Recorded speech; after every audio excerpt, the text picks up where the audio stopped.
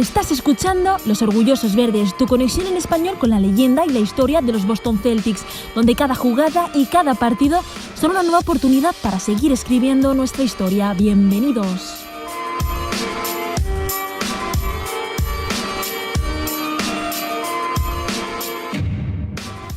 Muy buenas a todos, bienvenidos una semana más a Los Orgullosos Verdes, hoy a día 11 de abril de 2026, como ya habréis podido ver por el título, programa bastante especial con un invitado muy top, el que acabamos de estar, vosotros lo veréis a posteriori. Y nada, de momento vamos a comentar un poco la actualidad y así, porque creemos que lo importante y lo relevante es la entrevista, que ha estado muy bien. Así que nada, paso a presentar aquí a mis dos compañeros, Luca y José Luis. ¿Qué querías decir, Luca? Decir al respecto de la entrevista que si nos estáis escuchando por iVoox y tenéis dificultades con el inglés, podéis saltar a YouTube, porque ahí van a aparecer los subtítulos en castellano. Tenéis que activarlos, pero ahí aparecerán. Decidimos hacerlo así porque Frank nos animó a hacerlo así por un lado, y de ese modo también era más fluida la entrevista. Eso es. Y él también se explayó más, sabiendo que después de cada respuesta no había que traducir, y cortaba un poquito el ritmo. Entonces, si nos estáis escuchando, no sé si en Spotify saltan los subtítulos también. No sé, a lo mejor en vídeo sí, pero bueno, si estáis en Spotify o en iVoox, os recomendamos en YouTube, que tiene los subtítulos automáticos. O bueno, si tenéis buen nivel de inglés, se puede entender. Intentó ir un poco más despacio para que nos enteráramos bien. Pero bueno, es experimental el hacerlo así. Esperemos que los subtítulos estén correctamente, porque si no es un poco putada para los que no sepan inglés. Entonces, pero bueno, vamos a probar a hacerlo así, y si sale mal, pues pedimos perdón de antemano, porque la verdad es que para mí merece mucho la pena la entrevista, por las cosas que muy interesante, que y ha dejado algún titular muy guapo. Sí. La Catedral de la Excelencia. La Catedral de la Excelencia, José Luis. Yo soy de los que tiene que verlo en YouTube, porque mi inglés no me da para entenderlo. Así que, bueno, cuando lo suba a casa lo veré y os comentaré. Pero sí que desde fuera parece todo un personaje. Vamos a ver con qué nos sorprende. Y si vosotros dos decís que ha estado sensacional, seguro que es así. Sí. Un tío muy enrollado. Y nos ayudó un mogollón, porque le mandamos el enlace de Teams, había problemas de producción porque Cas no podía ver no sé qué cámaras, entonces él nos envió su enlace a través de su fundación de Zoom, y lo hicimos por su canal de Zoom, por decirlo así, nos mandó el enlace, súper paciente, porque tuvimos que organizar el tema de las cámaras, como sabéis que funcionamos.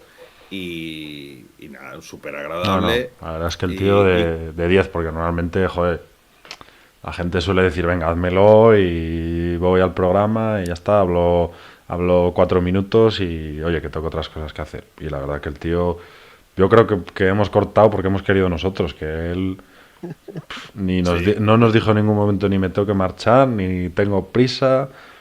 Él seguía hablando, porque la verdad es que, joder, pues el tío se enrolla mucho, se enrolla en el buen sentido, no de que sea pesado, y joder, la verdad que muy buena entrevista. Pero bueno, vamos ya con tema con noticias. Hablábamos la semana pasada. Cosas. ¿Por dónde queréis empezar? Dale. No, la semana pasada hablábamos de Dalano Banton, y de que era posible su fichaje como ese último spot del roster. Y efectivamente, así ha sido. Dalano Banton fichado. Hace 3 horas que lo anunciaron los Boston Celtics, aproximadamente. Porque Puede ser la primera vez que los Boston Celtics hagan algo antes de que grabemos y no después. Se lo agradecemos. A ver, ya podían hacerlo para otras cosas, que no para el fichaje de Dalano Banton. Pero bueno, sabíamos, por primera vez. porque no porque lo supiéramos nosotros, sino porque nos ayudó Keith Smith.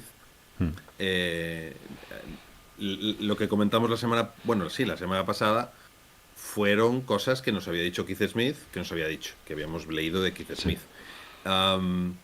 Y él hablaba de Delano Banton y hablaba de que se ficharía o el 11 o el 12.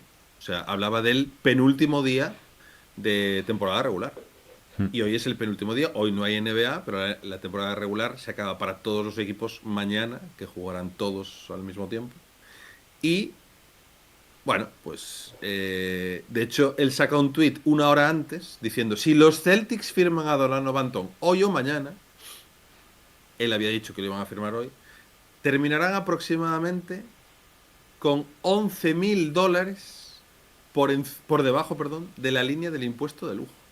O sea, excelente lo que ha hecho Mike Zarren y Brad Stevens. Trabajo de finura espectacular. Hasta casi, vamos, hasta el último dólar. Sí, no.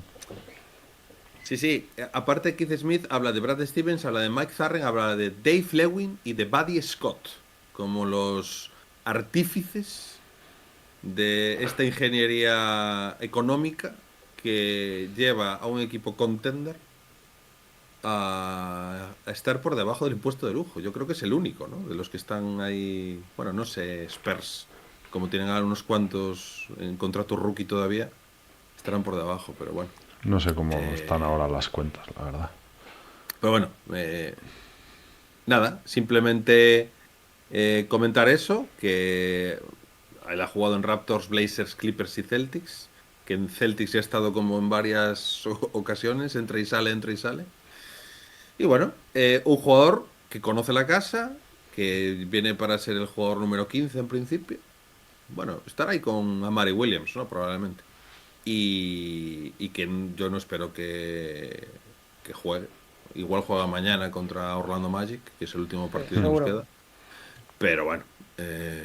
Por tener ahí, o sea, lesiones, tío, por lo que pueda pasar. Claro, es un tío que conoce el sistema. Bueno, supongo que gusta su trabajo porque ya es la tercera o cuarta vez que viene en estos dos últimas temporadas. Así que nada, simplemente nombrarlo. Y no sé si queréis hablar de Giannis Antetokounmpo. No mucho. ¿No queréis? Humo y más que humo. Sí. ¿Crees? Ante todo humo. A ver, Luca. O sea, pero realmente, ¿cuál ha sido el rumor? Que quiere ver, o sea, Sí. A ver, el rumor, él hace unas declaraciones y dice, palabras textuales, lo tengo aquí anotado. Todo sobre mi decisión se basa en ganar. Y dice, mira a Joe Mazzulla. Bueno. Tuvo tantas oportunidades esta temporada para poner excusas, pero nunca lo hizo. Se dio cuenta de lo que tenía en sus jugadores. Hay un artículo de Sam Amick en The Athletic que habla y se dice que... Pero claro, yo no sé hasta qué punto es humo o no. Que Giannis Antetokounmpo nunca ha pedido su traspaso de puertas para afuera. Pero hay gente que dice, entre otros, da a entenderlo Sam Amick, que de cara adentro, en los despachos de los Milwaukee Bucks, lo ha pedido. Se comenta que ha habido 12 equipos, 12 ofertas por este febrero por Giannis. Y se comenta, entre otros lo dice Sam Amick en ese artículo, que los Celtics podrían ser uno de los equipos interesados, o sea, uno habla de 3-4 equipos, los Knicks, creo que los Lakers evidentemente, que están en todas estas historias, y habla de los Celtics como un posible interés por parte de Boston de hacerse con Giannis. A mí no me ilusiona nada. Pero es que ¿por qué vas a traspasar? No, tienes que traspasar por Jaylen Brown para igualar salarios. O Jaylen Brown o Tatum. No tienes otro jugador que te iguale salarios. A las 4 o 5 primeras rondas del draft seguramente... No sé, yo es que no lo... O sea, no creo que los Celtics estén ahora mismo en una necesidad de hacer semejante parida. O sea, pues un equipo que está flojo, que tal, que bueno... Pero los Celtics, tío, no sé. Sí, o sea, yo vi lo de las declaraciones estas de Mazzulla, pero bueno. Dice, según Sam Amick de The Athletic, esto es de Boston.com, Creo que, bueno, Caria Thompson es quien escribe. El interés de los Celtics en fichar a la superestrella de los Bucks no es ningún secreto. O sea, parece ser que, bueno, que puede haber algún tipo de interés. Mira. Hay gente que dice que el interés sería sin mover a los Jays. Bueno, claro, sí. Yo también quiero comprarme un Ferrari sin gastar un euro, no te jode. No, pero habría que buscar ya un tercer equipo porque hay que igualar salarios. Y el problema es que tienes que igualar salarios. Pero es que no sé. Bueno, para el próximo día lo miramos, porque tampoco vamos a gastar programa en andar mirando eso ahora. No, pero yo creo que sería imposible. Creo que no es momento, a una semana de que empiecen los playoffs, no es momento de entrar con estas historias. No. Yo creo que es además por parte de Antetokounmpo, de su entorno. Sí, a ver, bueno, las declaraciones esas, pues al final, bueno, pues unas declaraciones de ese tipo, pues despiertan interés, despiertan, oye, hostia, ¿qué va a pasar aquí y tal? Pero por mí, vamos, cero rigor, cero importancia. Y José Luis, tío, ya deja de meter al jugador de la semana en todos los traspasitos ya, deja ya. Ya sabemos que vamos a ver. Tienes que escuchar a Frank hablar de Jalen. No, lo pone... Madre mía. Lógico, porque esta semana no recuerdo dónde lo he leído, pero he leído en una entrevista a Jalen Brown que ponía a Luka Garza por las nubes, como ejemplo en todo. Así que lógicamente esas palabras de Jalen, pues le ha encontrado, ¿no? su contrapartida en las palabras de Frank Garza. Pero bueno, yo no es que tenga obsesión en meterle los traspasos, pero para cuadrar salarios tengo que elegir a uno de los dos Jays. Y lógicamente a Tatum no lo voy a elegir nunca para salir de Boston, por lo tanto. Entendible. Bueno, no me queda otra. Pero bueno, yo tampoco.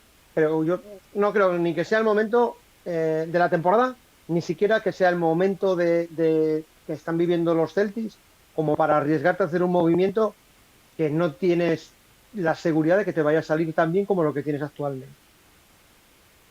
Sí, porque aparte Giannis esta temporada, por ejemplo, ha jugado 36 partidos. Claro. Quiero decir, y son 32 años de un jugador que últimamente, en los últimos años, ha tenido, bueno, problemas físicos evidentes que le han dejado fuera de muchos partidos y con problemas en playoff a nivel físico. Así que, bueno, yo no haría ninguna locura. Desde luego que no. Desde luego. Por quien sí haría una locura es por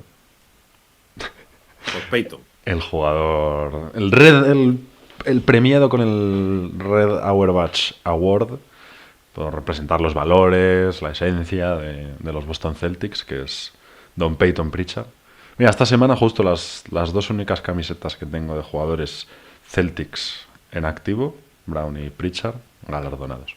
Por cierto, quiero avisar a mi audiencia, bueno, nuestra audiencia, de la compra de la camiseta de Jaylen Brown, lo que, siguiendo la maldición que se ha roto con Peyton Pritchard de momento. Bueno, claro, en algún momento.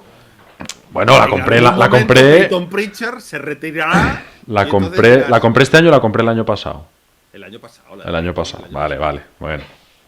Que estábamos ahí temblando. Rompemos la maldición. El contrato de Peyton es inamovible. No, es que te sale mejor. Es que te sale mejor quedártelo aunque juegue mal que largarlo. Correcto. La verdad. Pues bueno, Red Auerbach Trophy al bueno de Peyton Pritchard esta semana. ¿Alguna cosa más? Sí, claro. ¿Qué tenemos? Hemos jugado es verdad, los partidos que hemos jugado, que no sé cuántos entran en este. Eran 3, ¿no? Eran 3. ¿4? No, era. 4. Toronto, Charlotte, Knicks y Pelicans. Knicks y Pelicans. 3 victorias, 3-1. Una derrota contra New York Knicks sin Brown. Correcto. Hay que avisar, para que la gente no se preocupe. El resto victorias. Ayer apabullante contra New Orleans, 29 triples. Ayer no fue contra New Orleans. Ayer fue contra el G-League de New Orleans. Digo, hostia, a ver si me he perdido yo. Hombre, a ver si no, digo, joder, es que ahora con la fama que tengo de que no veo los partidos, digo, a ver si es que no fallé. Y Missy tampoco estaba. Tampoco, es que no.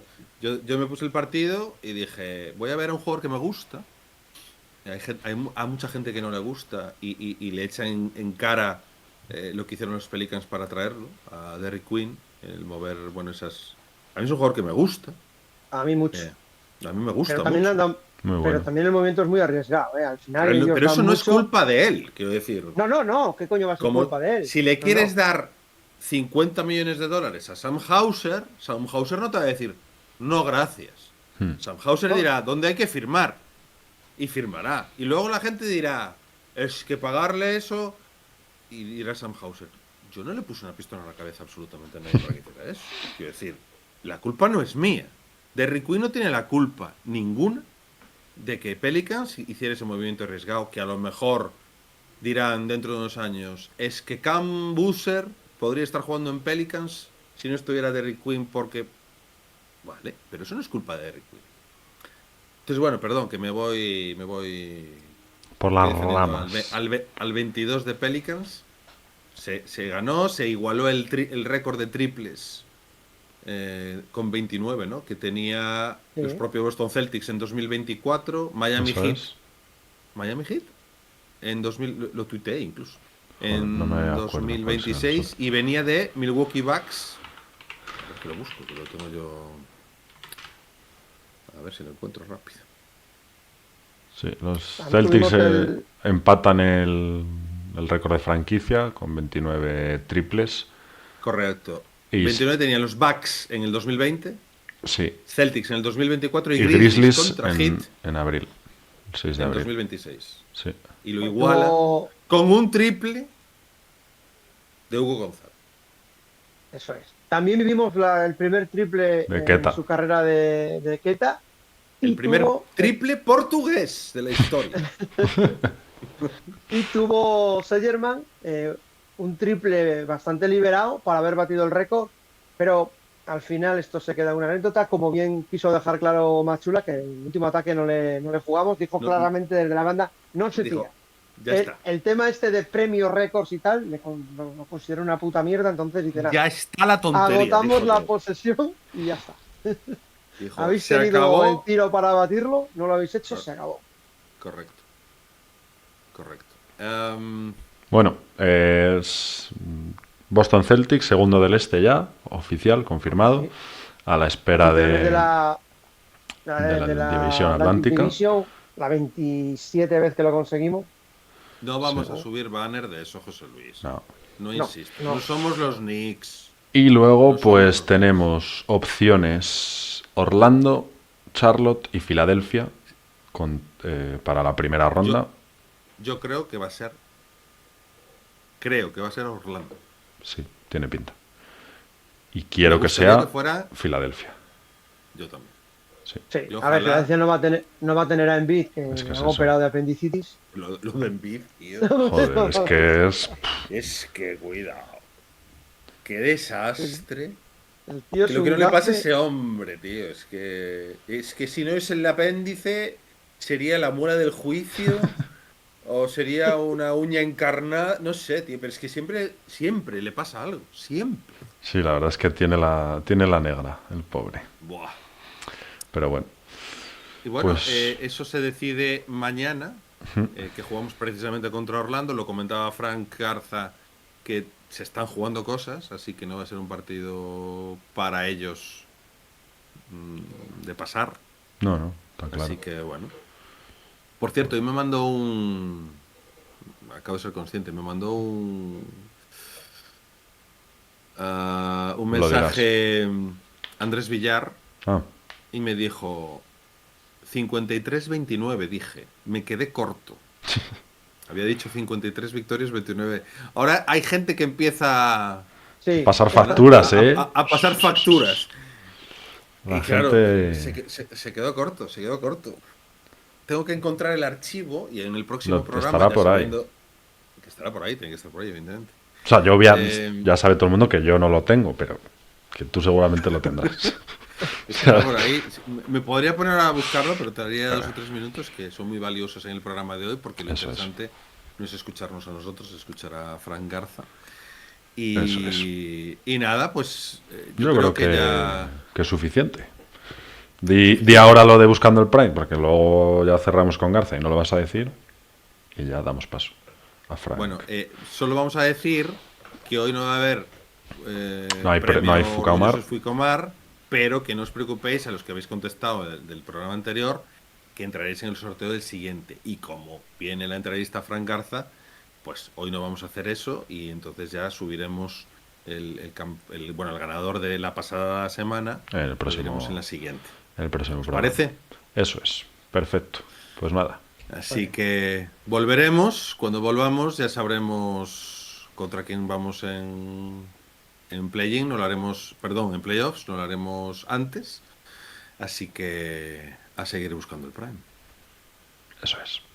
Lift McKay, rogue your face, brooding over the old disgrace that Black Fitzwilliam stormed your place and drove you to the fern. Grace and victory was sure, and soon the firebrand he'd secure until he met at Glenmalure with Fiach McHugh O'Barn. Curse and swear, Loch Kildare, Fiach will do what Fiach will dare. Hoy tenemos con nosotros, como veis, a una figura clave para entender una de las historias más particulares del ecosistema Boston Celtics reciente. Estamos con Frank Garza, padre y guía de Luka Garza, exjugador de los Idaho Vandals, y es padre de una familia con ADN baloncestístico a ambos lados del Atlántico, con una influencia europea que se deja notar a través de nombres como Teoman Alibegovic. Una carrera construida con trabajo, carácter, resiliencia y una herencia que explica mucho de quién es el jugador que hoy seguimos tan de cerca. Frank, welcome to Los Orgullosos Verdes. It's great to have you with us. Thank you for inviting me. It's a real treat. Thank you.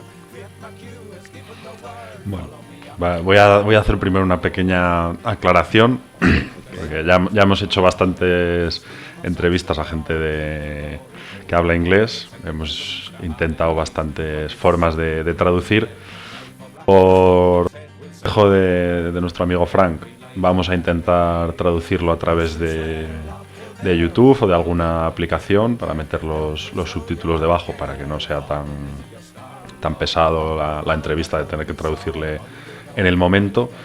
Y en caso de que no podamos hacer eso, pues probaremos con el clásico de parar y que otro lo traduzca por encima.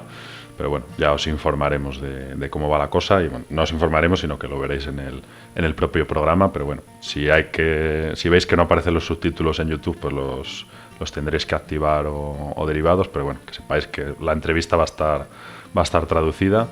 Pero al momento de grabar no sabemos cómo, como ya es habitual, que al ser yo el que tiene que editar las cosas, pues no esperéis que fuera a estar todo preparado. Así que nada, ¿quieres empezar tú, Luca, con las preguntas? Ok, las tienes por ahí tú también, ¿no? Sí, las tengo. Sí. Ok, pues venga. Let's go then. Frank, Okay. in one sentence, what has basketball given you that you know to try to pass on to Luka? Well, great question. Now, trying to contain me in one sentence may be challenging. Gentlemen, you know anything about my verbosity, but I shall endeavor to keep it short. You know, the short answer is basketball is life in the miniature. It's finite. There are rules to follow. And unlike life, you're tested every outing. Life, you're tested every day, but in sports, your character's tested in a different way, and particularly at the highest level. So basketball provided the laboratory for me to help develop Luka's character. And that's how I taught him life. And I think you will find that most people have learned more through team athletics or athletics in general than they did through college. Learning to work with people, having a common goal, how to resolve conflict without resentment, how to support, how to give up to win, how to think of others first. You know, gentlemen, you show up on time not because it's a rule, but it's out of consideration for your teammate and your coaches. So these are the things that in the laboratory setting, through the sports, basketball's life in the miniature was what allowed me to do. That's nice. That's a great philosophy, and we that have played in team sports, not at that level, but I think that it taught you something that not everything in life can teach you. Yeah. So Thank you. you come from a family with tradition in Europe and in the United States.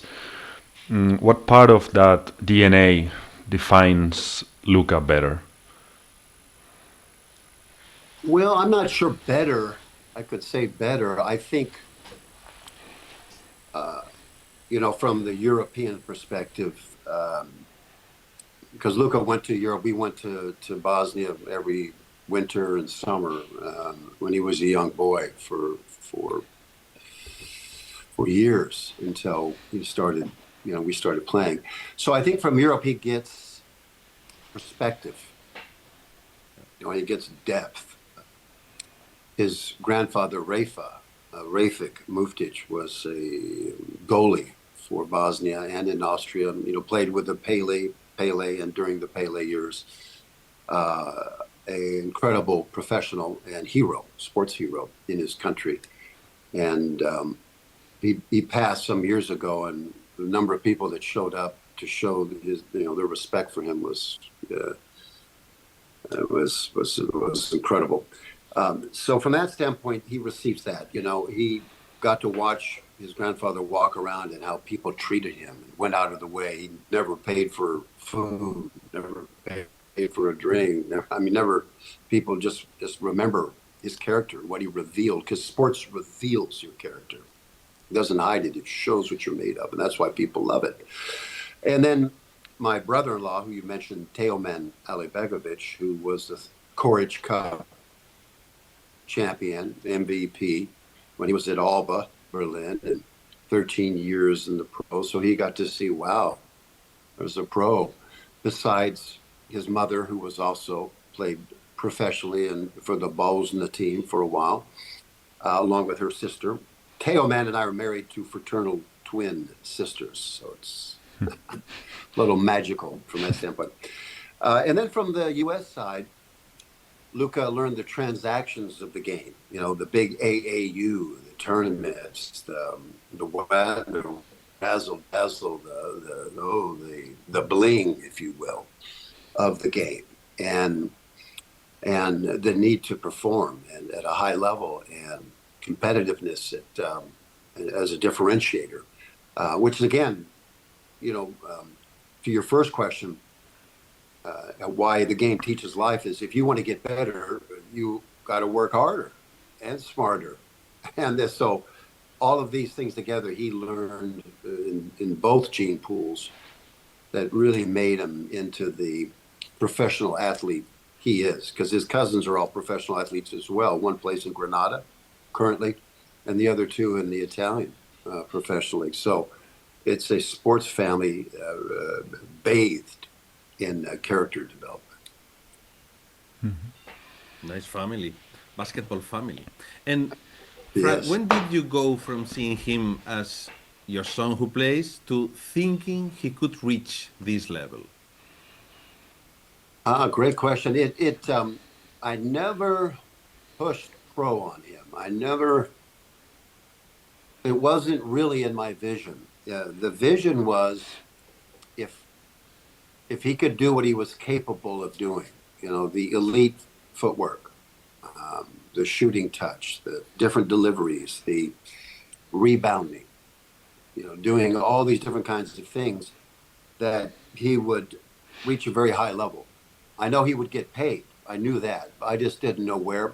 And that wasn't really the goal, because that depends on someone else.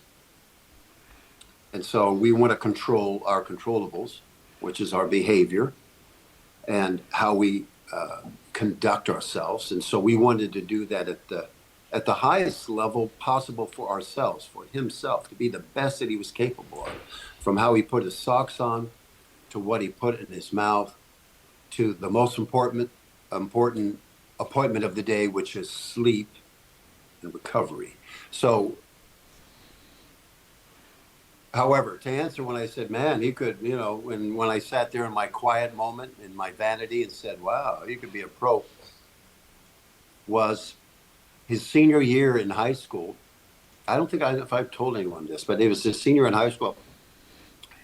And there's a Capitol Classic, which is legendary in Washington, D.C. You can look it up. The Capitol Classic is huge. Every MVP of that was a big time, not every, but majority were big time pro. Adrian Dantley, big time pros. And Luka not only was MVP of that tournament, he was an MVP of 2 more tournaments in D.C., which hadn't been done ever. And it was quiet. No one picked up on it except for, Captain Dummy here. And I said, well, okay. As a measuring stick, if survey says, he's gonna be an NBA player. But he's still there. We had a long way to go. He was still tripping on the foul line every once in a while. He'd kind of outgrown that because he grew into a size 18 feet, but he still had a ways to go. He was only high school, so. Okay. Yeah, really interesting approach. While you said it, I was thinking of other father figures in basketball like LeVar Ball, and really different approach from that people, like focusing on improving, not in really getting paid or whatever. So I think Luka has a great dad. I appreciate that you saying that, and it's like what Socrates taught us, which is what becomes sustainable in life is when it comes from a pulling mentality, not a pushing. Yeah. Because if you push, just our natural instinct is to push back because it's coercive. Yeah. It's coercive versus I never had to wake Luka up for a workout. I never had to say, Luka, let's go work out. I made him get me up. I made him pull me. Because if it didn't come from him, gentlemen, it wouldn't be sustainable. Yeah. Yeah, that's a really great way to teach. Interesante. Yep. Yeah. Well, thank you. Well, in Iowa Hawkeyes, he dominates and is the best player in the country. But there's still doubts about how he's going to get to the NBA, or if he's going to get to the NBA. So how does he manage that from the inside? How does he deal with that thing?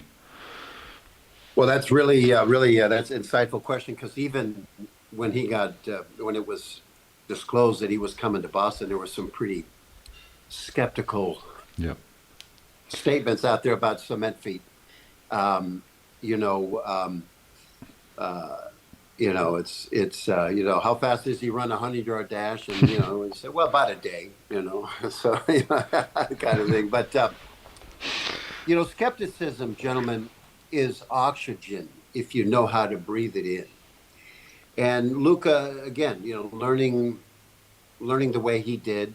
I remember in the 8th grade, parents coming up and saying, Frank, maybe you should look at the drama club or maybe the chess club for Luka.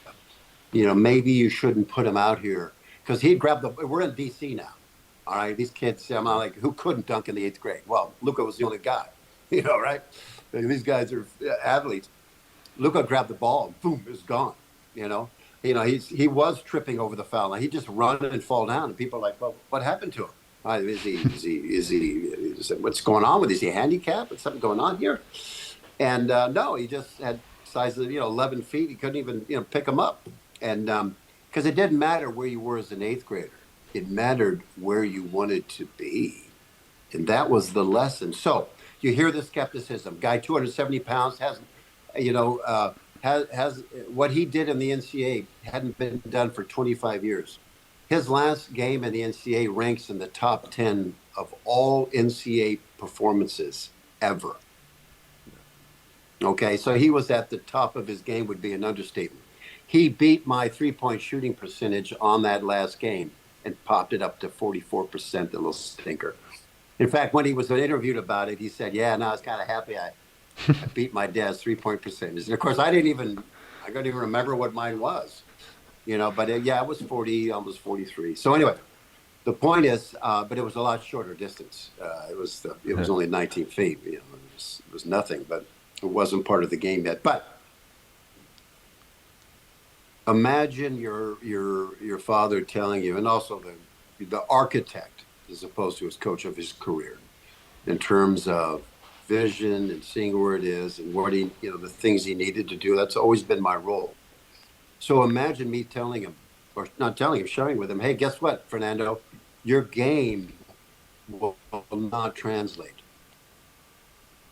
What you're doing right now, you're not going to be able to do in the NBA. Could you imagine? Here you are.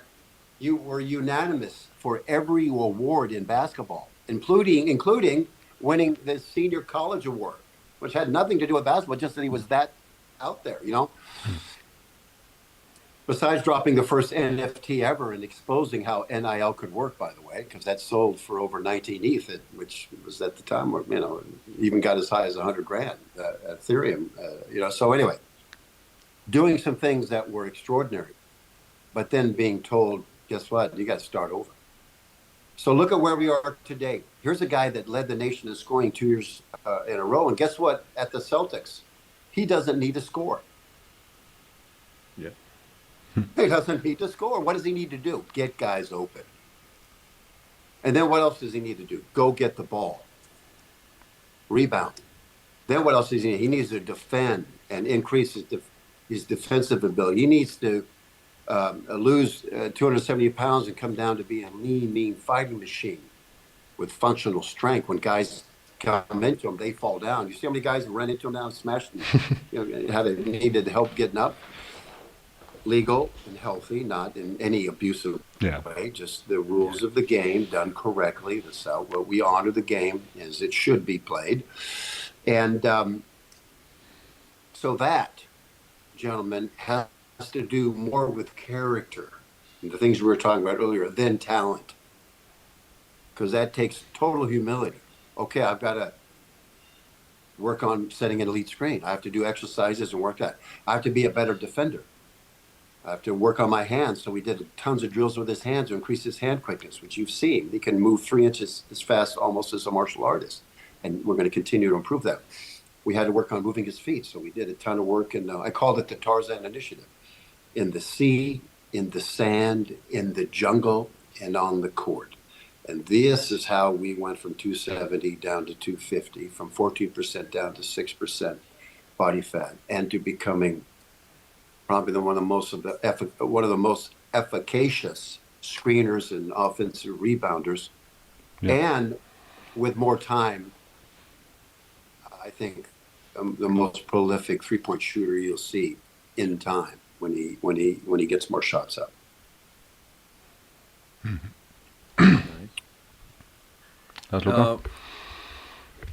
Okay, we can go for the entering the NBA if you agree. And yeah, he arrives in the NBA with the Detroit Pistons and goes through the Minnesota Timberwolves, facing limited minutes and confidence, we think. How does Luka handle that situation, and what does he learn from that unstable role? From your perspective as both coach and father, how do you process it? Yeah, that's a toughie. And it's really insightful. Thank you for that, guys. Well, let's face it. He gets drafted, number 52. Yeah. His jersey number, and by the way, the only 52 in the league. Because I do think Luka's a bit of a unicorn. The things that he does is very unique set of skills that very few other players in the entire league have. So I think it's very fitting that he's the only 52 in the league, because I think that's his game. He's the only one that can do all those things. So what did he learn? So face it, first year at Detroit, boom, you're fired. What? And then we get claw our way back, 10-day contract after Summer League in Portland, where he won a ring. Right? They won that Summer League. So he's got a ring already, got one, for the Summer League in Portland. Then Minnesota picks him up on the, on a camp deal, to come in there and do a camp and work with him, and then plays so well, gets a two-way, and then gets his contract converted, and here we are today. So what did he learn? He learned how to be patient without being passive. What I mean? Well, he worked out more than any other NBA player as measured by Noah Basketball, which measures shots taken. And he shot a little north of 42,000, and the next closest guy was 12,000 shots away. Imagine, 12,000 shots away. So he had to work harder than anyone else without playing. Yeah. So he learned the true meaning of patience. The other thing is he learned humility without insecurity. It wasn't that you're not playing because you're not good enough.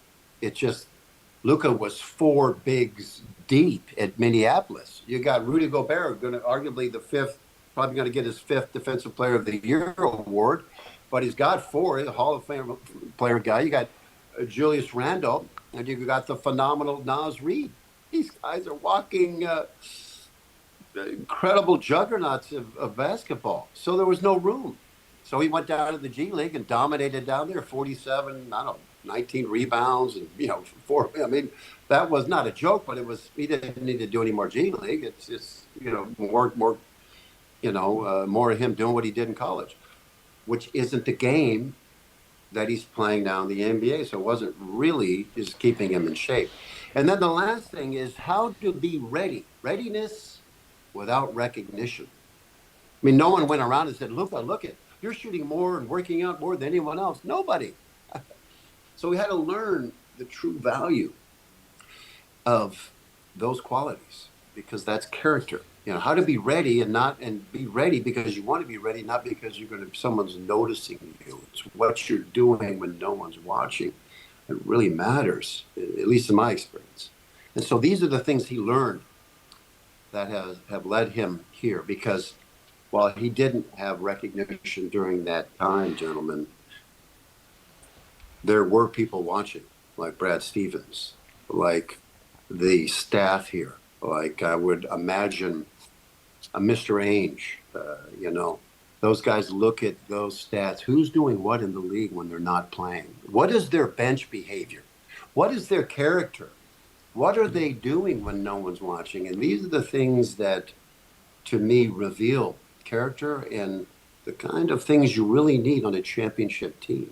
You must have these things. Mm-hmm.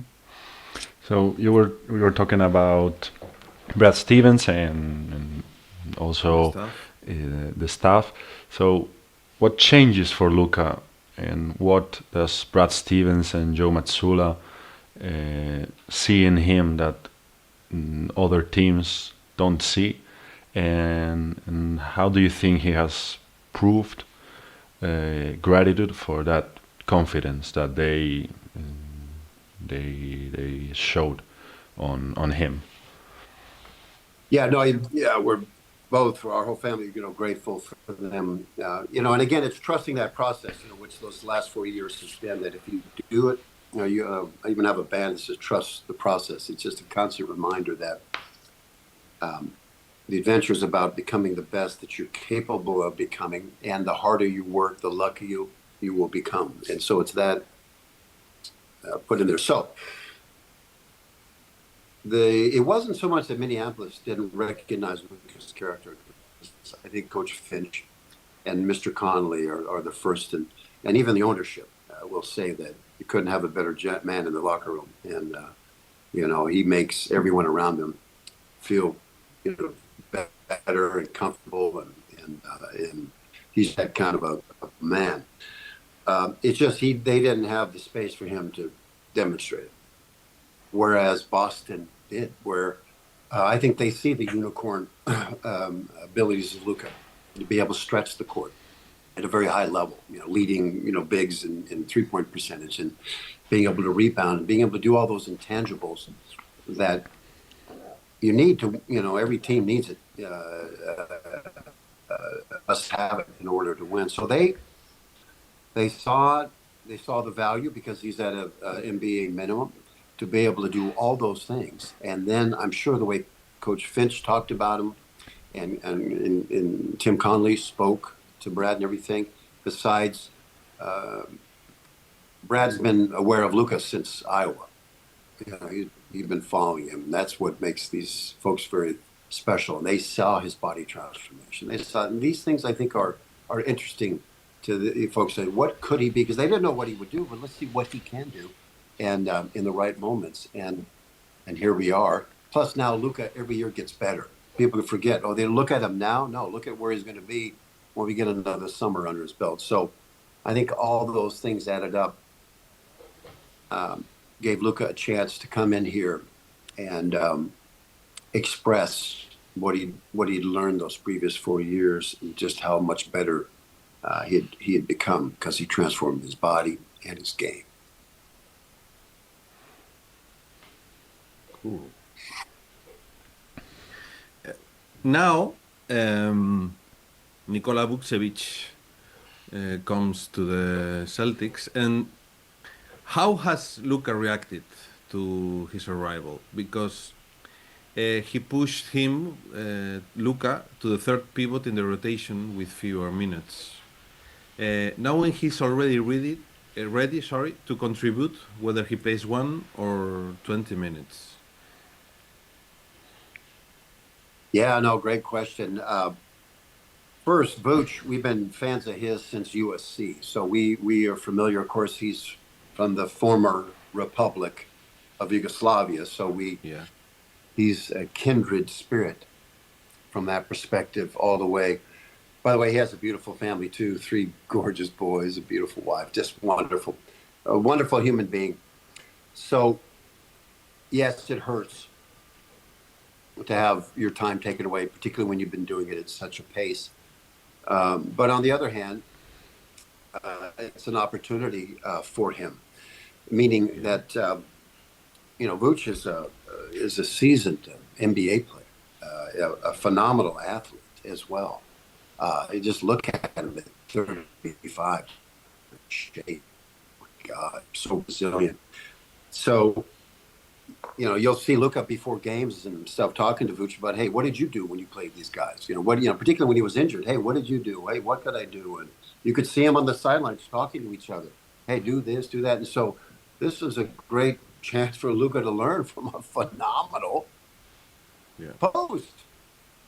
I mean, a phenomenal post. So this has been great for us. And I say, what do you mean great? Well, I think Joe and the staff will figure out a way to get all 3 of them in somehow during the playoffs. I think running 3 bigs and wearing out the other team and using them in situational moments will be phenomenal. And I just think they'll be able to figure that out because I think it changes some of the dynamics of the game and preserves the legs of Vooch and stamina of Keita. So I think it's very helpful. So I see it overall as positive, and I think it will help us win a championship, to be quite candid. And in the meantime, Luka's going to learn a ton from one of the best players ever out of Montenegro. Yeah. Mm-hmm. Now, you were talking before about Joe Mazzulla, and there's been a part of Boston Celtics fans that have been not quite confident on what he represents and how he coaches. And we would like to ask, how does Luka and you see him as a coach, and what does he bring to the team, to the players? How does he improve the ecosystem of the Boston Celtics? How can you explain it to us? Yeah, you're talking about Coach Joe? Yeah. Yeah. No, he's the neat thing about I would say virtually everyone in the NBA that's around this elite profession, at the highest of the highest of the highest. Very hard to do, 8 billion people and, this small 400 something men. and the staff and everything. Is everyone has this an incredible story, So besides meeting Joe, meeting his wife, his family, just really beautiful people first, just beautiful people. And I mean that sincerely in terms of you just watch what they do and how they care and how they behave, because that separates. That's what separates is the behavior and the action. And so I've been watching Joe for a while now. I've only missed a handful of games. I'll make, I think at 4 I've missed all season. And because we've been waiting this time for Luka to get in rotation, so I wouldn't miss it for anything on the one hand. On the other, I've been able to study and watch Joe and the staff and how he substitutes, when he does it, why, he had that nickname, I think he still does, Don't Know Joe. He's going to cut, hey, what are you going to do? I don't know. Don't know. What's going to happen? I mean, could you imagine trying to prepare for the Celtics? I mean, they could throw in a lineup of like all wings, and you're going to, okay, what do I do now? I got Baylor guarding a 7-footer, I got Peyton, and they're guarding Embiid or something, So anyway,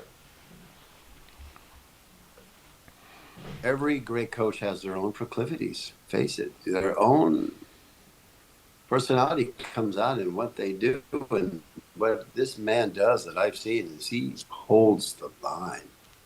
There's a standard here, and we will not dip below it. And I will do everything in my power to ensure that you have the skills and the tools necessary to rise above it. But if you go below it, understand what's going to happen. You got to get off the bus, because there's a certain standard here. You won't see that bench operate like any other bench. How they support each other. Guys are warming up on every break. They're trying to get ready. Why? They're getting in there to help their team win. And they're ready to help their guy needs a rest and come on in and take the wand and take, baton and go into the next guy, man, the next man up, man. This whole thing it starts from the ground up. It's the little things that, that really show us. So Coach Joe holds that standard.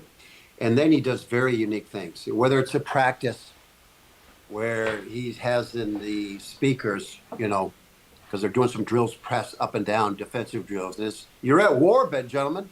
That little piece of real estate, getting on the box and owning that's war, all out warfare. So what does he have playing?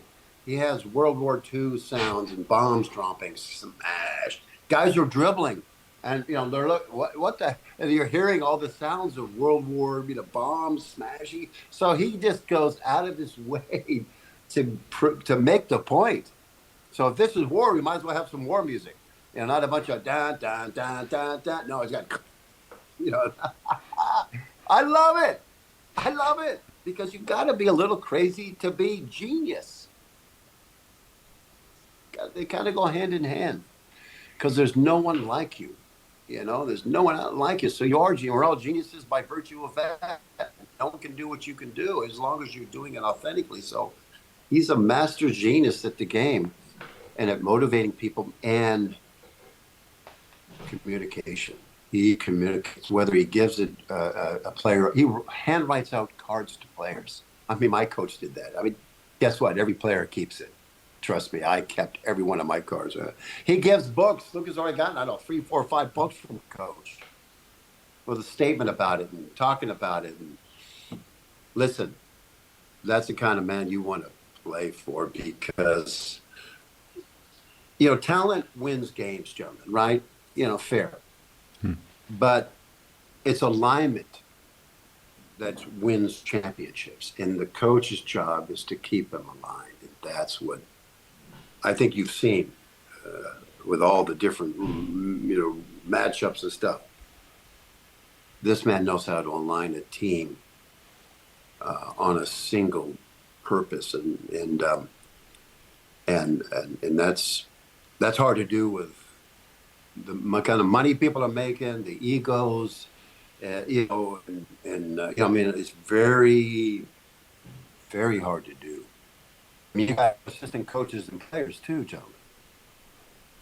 Think about it. Mm-hmm. It's a big-time organization. This is a major Fortune, 25 corporation. It was on NASDAQ, right?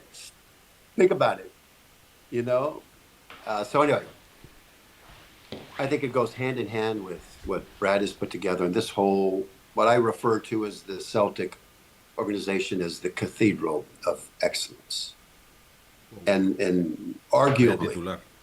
yeah, and arguably not only the best basketball franchise in terms of just wins and things, but Yeah. arguably one of the best sports franchises ever created. Amazing. I'll keep the cathedral metaphor. Yeah, I think it's It's a nice. cathedral of excellence. Yeah, no, I think from the little details, from your coach giving you a card or a book, or the way they greet you when you come into the arena, or they call you up and how they treat you, and just it's the little things that make the big things happen, and those things become habits, and winning's a habit. The details of that. So, yeah, just excellent. You know Joe and his family. Is Joe Matsula the same off camera as he is on camera? Is the same person? Well, I don't know that 100% because I haven't yet been to his home and seen that, but I would say absolutely, yeah. I mean, I would just say, now listen, now he's the general. He's at, when he's, it's the game and he's intense and this and that. Yeah. But in terms of not wasting breath and wasting words and getting to the point. And I don't think I don't know how you can turn that on and off. I mean, he's so much that way. I mean, that's my read, guys. So I would say he's pretty much straightforward, no BS. I'm not, no tolerance, zero tolerance for BS, and all the patience in the world for someone who's trying to get better, who's absolutely trying to get better. I think he would have the patience of a snail. Mm-hmm. And I mean, you talked about the cathedral and everything. And how do you think that Boston Celtics is different from other franchises in terms of, I don't know how to call it, but like the tradition, like the spirit of the team, like it's still a basketball or sports franchise, but we as fans we see like it has something else that a franchise, like a family, like something bigger. How do you think it translates to, I mean, to look at the players, and how do they feel it? Well, that reminds me of when Luke was younger. I had it's a little bit over 7,500 different videotapes of basketball, and one of the ones we watched several times, because we had TV time not during the week. Friday night you had to read. You had to read every night, and then we would get it. But he could pick from a library of basketball videos, which he loved to do anyway. I didn't force it on him, never. But we listened to this one video, and I'll answer your question because it's a great question. Because this difference is what you're talking about, and it is, when you see it, it stands out like night and day when you're around other teams, in which we've been, and it was Bill Russell was speaking about this point specifically, that this organization was, about taking care of each other. Like, we knew that, hey, this was my year, the next year was going to be your year, and the next guy up, and we were grooming the next years of championships starting now. So there was a standard, there was a tradition that was upheld. So when rookies came in, the seniors, the vets, were teaching them, this is how we are as a Celtic. This is a Celtic. This is what it means to be a Celtic. And first off, Red Auerbach wouldn't have brought them on the team if they already didn't have character already. So already they had those elements, but how to then behave, the code of conduct.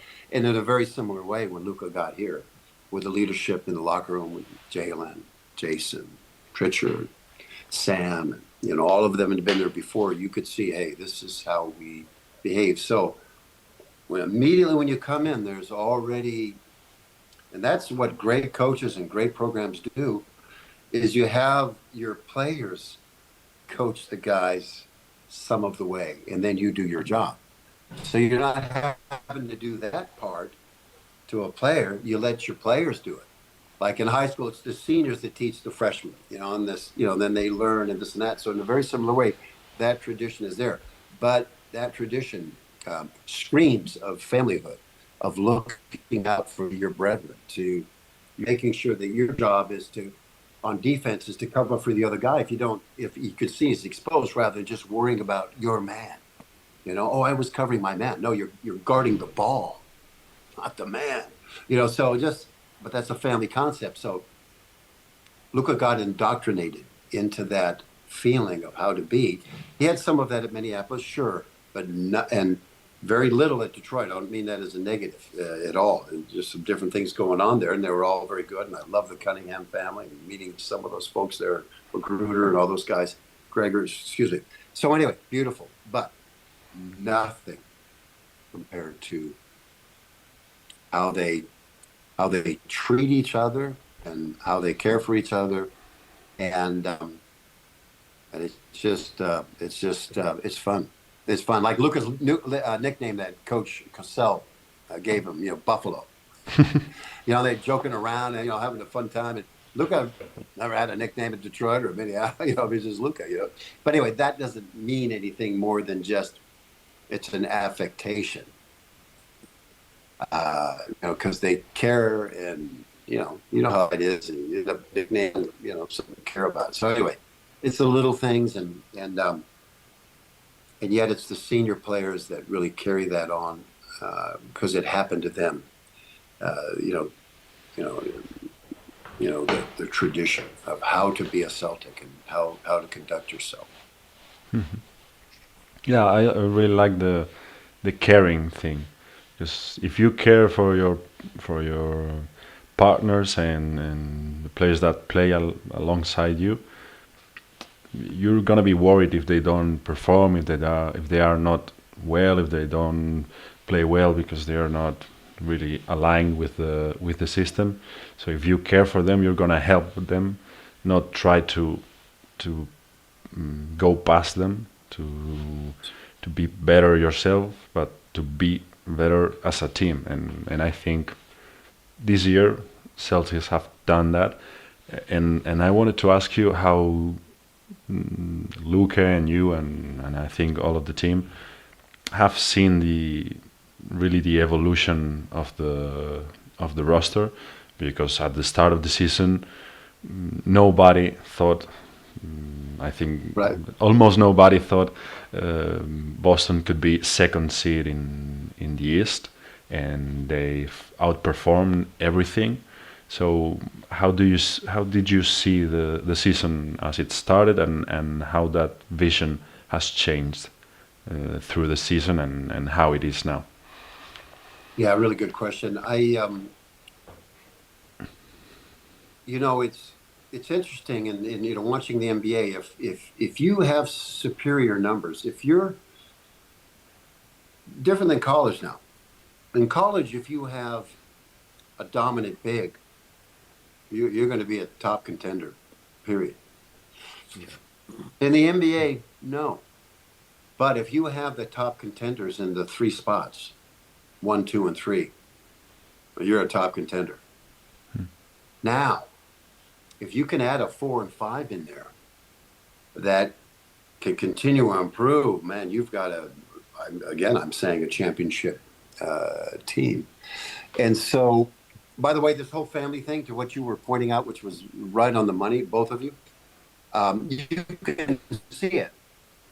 Keita's the first to get up to cheer for Luka. Luka's the first to get up to cheer for Keita and Vooch, and vice versa. And guys are all constantly up and happy for each other. You can't fake that, guys.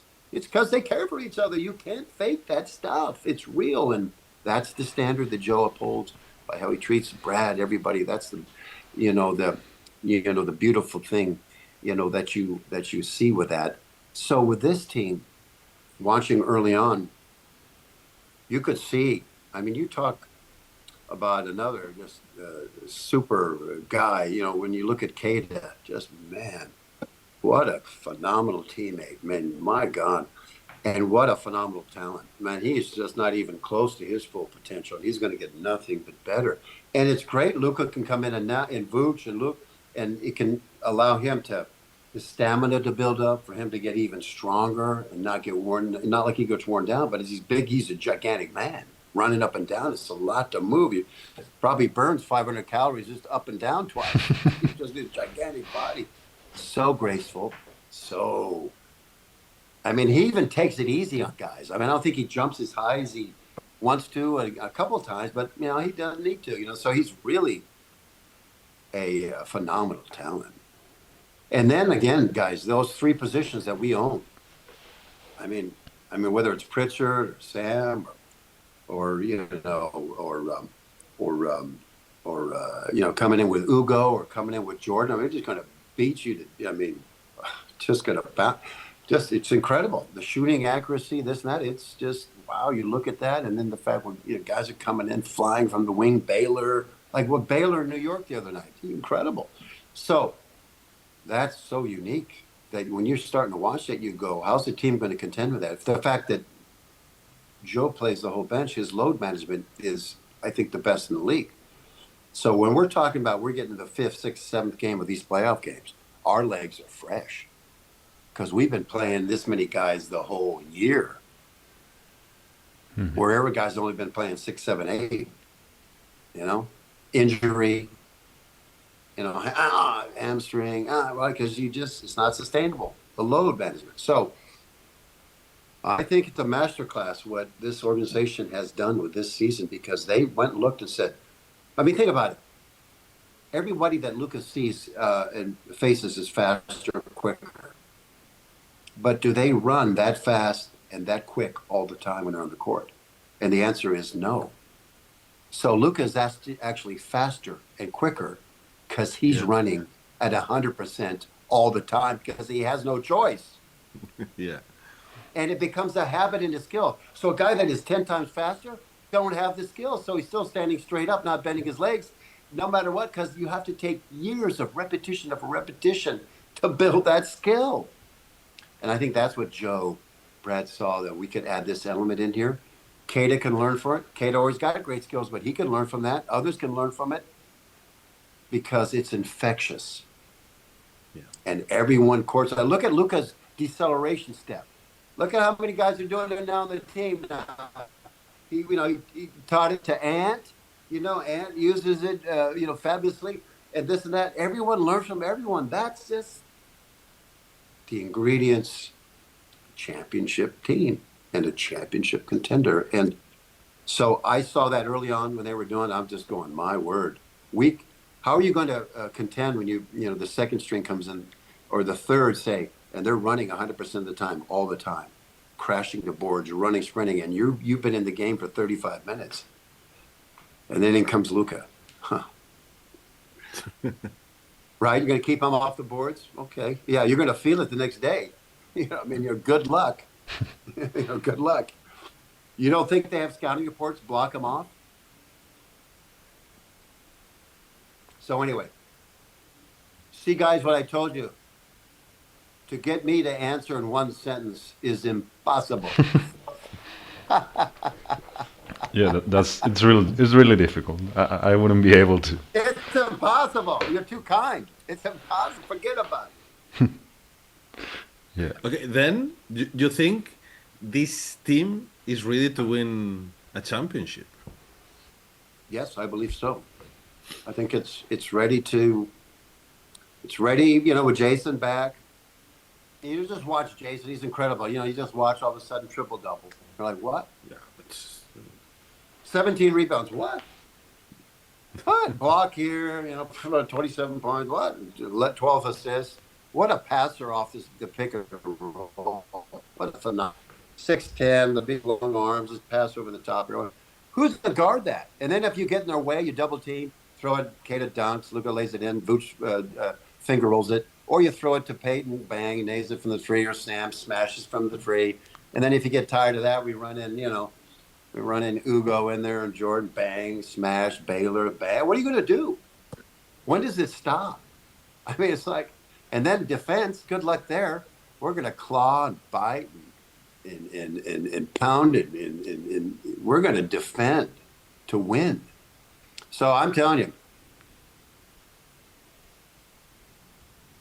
while we can't predict the future, it's the behaviors that we can look at, and I think there's enough of them that speak to us championship contender. Mm-hmm.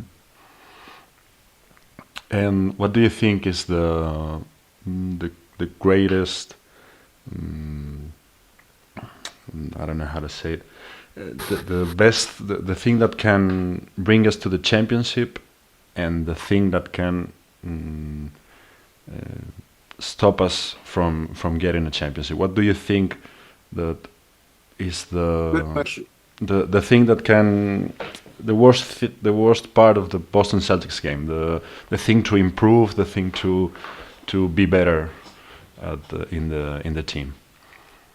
Well, I think if we continue to limit our turnovers, I think that's I think one of the most important things out there. I think our defense is completely adjusting and making it work and protecting the rim. So I think from that standpoint, we're poised right now to take it all. Because again, it's alignment that wins championships, and this team is aligned. So great. So that's the answer to the first part. The second part, I'll say this. When you are a championship contender, which this team is, the only team that can beat you is yourself and your complacency. So that is what a coach's job is to make sure the eye's on the prize about what we're doing. And so they don't become complacent, because the only one that's going to beat them is themselves, because they've got all the components in place, particularly with Jason back. And not like we wouldn't be without him, but he adds a dynamic now that makes those first three positions, and now arguably the fourth position, the best. So we got 4 out of the 5 positions. Every time we walk out on the court, we can go, well, we're better in 4 of these 5 positions. Mm-hmm. Yeah, I mean, look at it. I mean, okay. I mean, look at it, from shooting percentage, rebounding, efficiency. So anyway, it would only be ourselves. Yeah, it was like not the recent years, but 4 or 5 years back, we were always talking about. Sometimes it was Boston against the Celtics, because we were the ones stopping us from getting to our to where we wanted to be, and to where we really deserve to be. So yeah, sometimes with this team, I don't know why, because players have changed, coaches have changed, but sometimes it's just we don't have that alignment, that focus on the goal. But this year, the construction of the team, I think it's way better, because we have started from the bottom, and we really had to improve from scrap, and that thing, I think that has built a character on that team with guys like Luka, like Hugo, like Baylor. I think this year is a really special team, and if we don't win the championship, I think it still has it still be a really good year. Oh yeah, I appreciate what you're saying there, and I haven't said enough, gentlemen, about Jaylen Brown. I've watched him play, and he gets pounded all the time. They don't call a third of the other fouls that people don't see because their hands are so fast.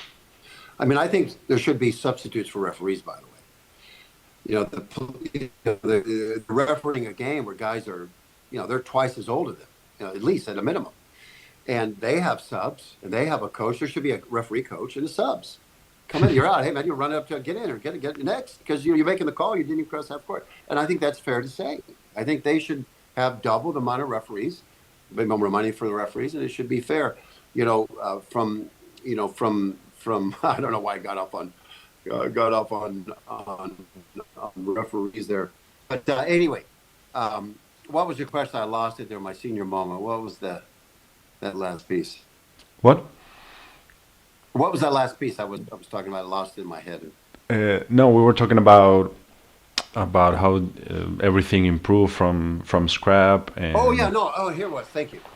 Senior moment 52. No problem. No. So Baylor, Ugo, Luca, Gata. I mean, when you have a leader like Jaylen Brown and Jason Tatum, man, you want to play up to that, because these guys, I mean,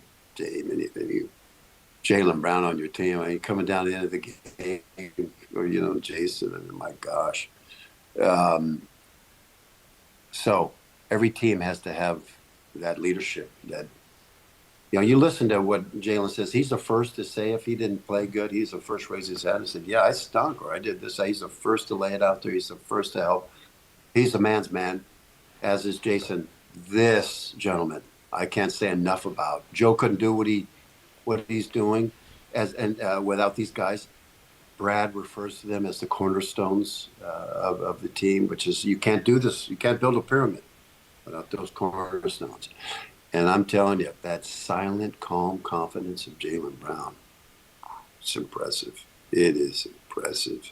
He doesn't even have to say a word. He can just kind of look, and guys like, guys are just like, okay, yeah. Like the alpha wolf, just like, you don't even say a word. You're just like, okay, man, this is, Jaylen said it, I'm doing, Same thing with Jason. These guys would go through walls for him, and as would they for them. Man, Jason the other day picked up Luka when he got hammered on that thing. He ran from the other end of the court. What kind of leader's doing that?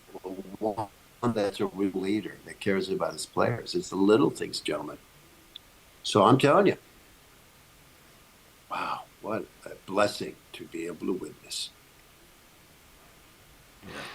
¿Quieres algo más, Luca? Yeah, last question. We love talking with Frank, but we have to wrap up. Okay, one last question. Future. If everything continues on this path, how far do you think Luka can go within a team like the Boston Celtics or in the NBA in general? Yeah, that's a good one. Yeah, you hit me there. You're gonna try and get at my ego for my kid. I see. No, great question. Of course, I'm like to call myself a visionary. I like to think of myself that way. So I believe Luka will break the 50% 3-point percentage. Probably hit it. He could have with enough. I don't know if he'll be able to get this with enough strokes, but I think he'll do that in the remaining years in the NBA. I think you'll see what we plan to do this summer, besides his other coaches, but when I have him with his hands and some other functional strength stuff, you're going to see an improved player being even more efficient at the things that you see him doing now, but just better. Because every year you watch what he's done, he's gotten better every year. It's like we did from. If you look at his pattern, the stripes of a tiger don't change just because you can shave off the hair. They're still there. The stripes are there. And that's who he is. We get better every year. So you'll see that, and I think with those continued improvements, that he'll have a long time in the NBA. And as a result, teams will want that kind of character in the locker room and on the court. I mean, even if you were just thinking, hey, I got some young talent, and say 8 years or something, well, I'm going to bring him on, and Luka's just going to work with him every day, and have him on the team for that factor. Just kind of like what they're doing at Minneapolis there, with some of the leadership there on the team. So anyway, I would say that my vision is that he has a long career in the NBA where he gets to set the standard for offensive rebounding, screen efficiency, and 3-point percentage. You haven't yet seen a skyhook. He has a very deadly a real skyhook now, not a jump hook, a skyhook. He can nail it from 15 feet, with like his father. And I think you'll see some expanded offensive moves. You've seen that recently, where he'll take a guy to the hole. Even last night, left hand dunk, guys. You see that, huh? Yeah, the last. That was his best dunk in the NBA right now. Rather than a two-hand little let. That was like an expression. And you saw him the other game where a small guy was on him. He dribbled him in the key, reversed, and laid it in. You're going to see him doing a lot more of that in years to come. Could you imagine Sam Hauser setting a pick on Luka's center, and Luka takes one dribble off and shoots a three as the best NBA big three-point shooter? Do you think a big practices how to get over a screen? Do you think a 7-footer's going, well, here's how I get over a screen? No, that's a weakness in a game. And I imagine Joe and Brad are going to figure that out. If you got your best shooter, it's 6'11", because Luka's 6'11" with shoes on. They say 6'10". Well, that's with his shoes on. With his shoes on, he's 6'11". But could you imagine him coming off a screen? Or let's say Keita screens Luka's man, because we're going double big. Luka goes jab, fake, one dribble, step, shot. Who's going to contend? And now you're exploiting the best big shooter in the league and getting him more shots, and you're exploiting the fact that no big has ever been taught how to go over a screen. I guarantee you, none of them know how to go over a screen. So how about exploit that? Yeah, there's ways there to really only a genius improve. Would figure that out, and I think Joe's enough of a genius to figure that out. He will. Because how are they going to move their feet? They don't know how to go over screen. You just run them over screens until they can't get over screens. So you put in a shorter guy. What does Luka do? Post them up. Yeah. We hope we can see that soon. Yeah. And we hope. Get even more consistent on the three, 50% range three. You're going to be wanting to do that, and that you're going to see. If he doesn't hit it this year, you're going to see it next year. Because you saw our jump from last year to this year with minutes. Because his previous three-point percentage, he was over 50 in the G League, guys. So, because he had consistent minutes. Here, first year he's at 40-something. The previous years he was under that because he was only playing a minute here, 2 minutes here. Now imagine that jump, which is I think 12 percentage points. Imagine this summer knowing that we go another 12, where we're sitting at 54%, gentlemen. And you heard it here first. We'll be the first ones to cheer for him if he does that. All right, I know you will. I appreciate that, guys. And we hope Luka gets better and I hope he ends his career here in Boston. To answer your question, I hope he can end here in the cathedral.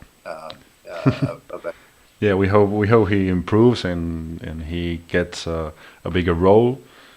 I prefer if he does in the Celtics uniform, but if he does elsewhere, we'll be happy for him because he's a really great guy. So that's all for now. We hope the season ends well and Luka plays in the playoffs and we win a ring. And we'll talk with you if we do that, and we'll bring you back to talk about it if you want it. Yeah, bring me back. Okay. Okay, we'll stay in touch. Hey, thank you. And send Luka a big hug from Spain. Yeah, tell him we love him. We send Luka and all the Celtics good energy from here. I will. I'll definitely say that and say, Jose, tell him sorry you missed him. Was it Jose, the other gentleman? Yeah, he's the number one fan. Yeah. We'll tell him. Yeah, tell him thank you. We'll tell him, and thank you very much for being with us tonight, and we really appreciate it because it's a great thing to have you here and talk about everything about the Boston Celtics. Oh, you're welcome. You're welcome. Thank you for having me again, gentlemen. Thank you very much. Thank you very much. Thank you guys. All right. Have a great weekend. Go Celtics. Let's go. Go.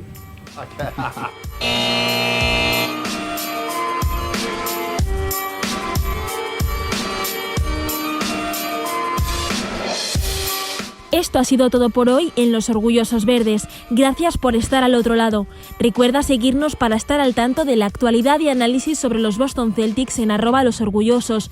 Nos encontramos la próxima semana con más contenido. Hasta entonces.